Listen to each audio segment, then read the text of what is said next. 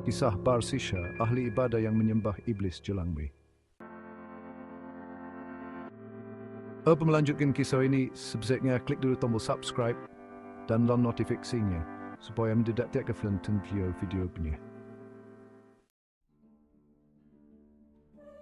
Barsisha Al-Abid, begitulah orang-orang memberi gelar kepadanya.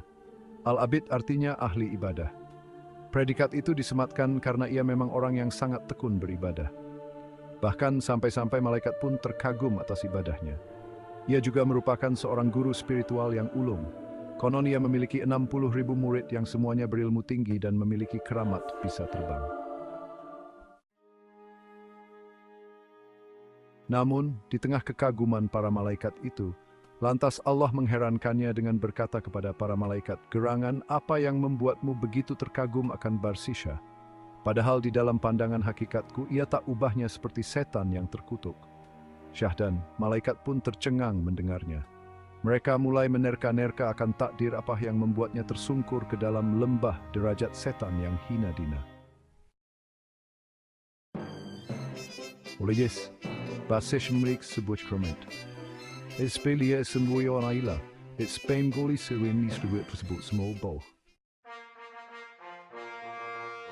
Dan itulah yang terjadi saat itu pada seorang gadis anak raja. Sang putri mengalami gangguan jiwa.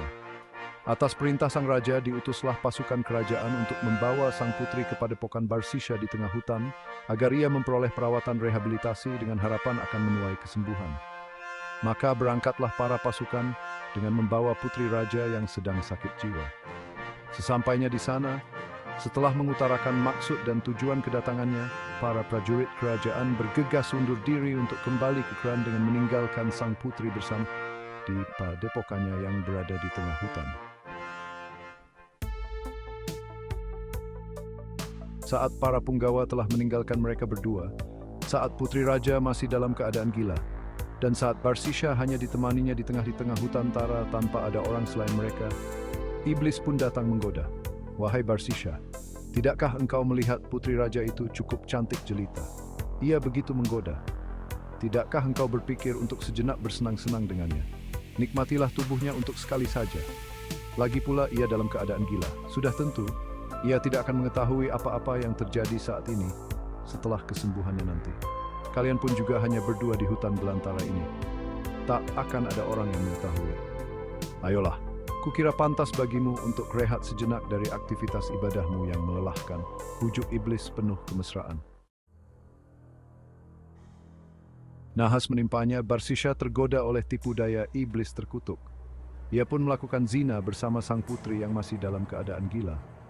Namun baru saja usai melampiaskan nafsu birahinya, iblis kembali merasuk, berbisik menggoda ke dalam relung hati Barsisha.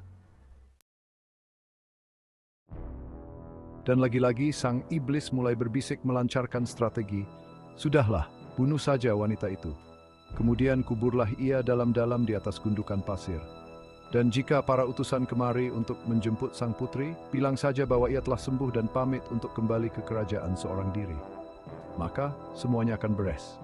Kalaupun ia akhirnya tak kembali, engkau tak akan disalahkan." Mereka pasti mengira bahwa sang putri telah mati, tertikam binatang buas di tengah perjalanannya kembali menuju istana. Bodohnya, Barsisha pun kembali mengiyakan tawaran iblis yang seakan penuh kompromi tersebut.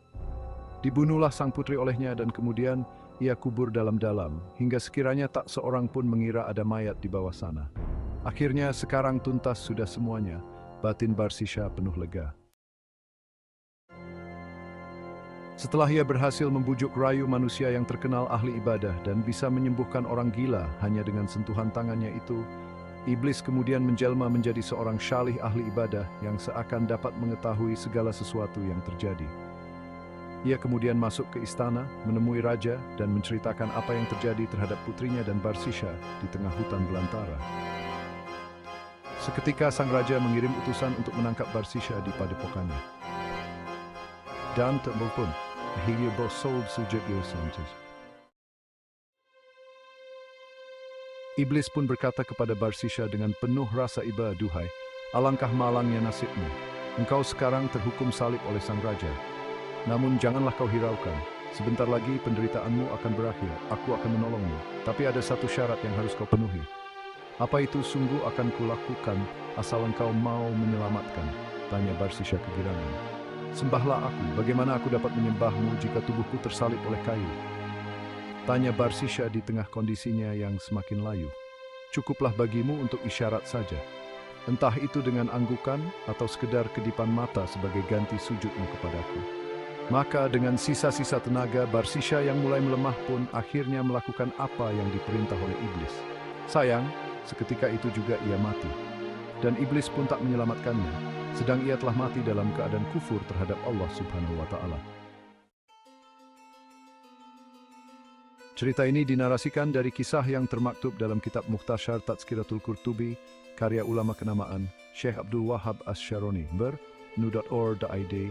Lahirlah kisah Barsisha ahli ibadah yang memberi jelang mati Zemar Kaim.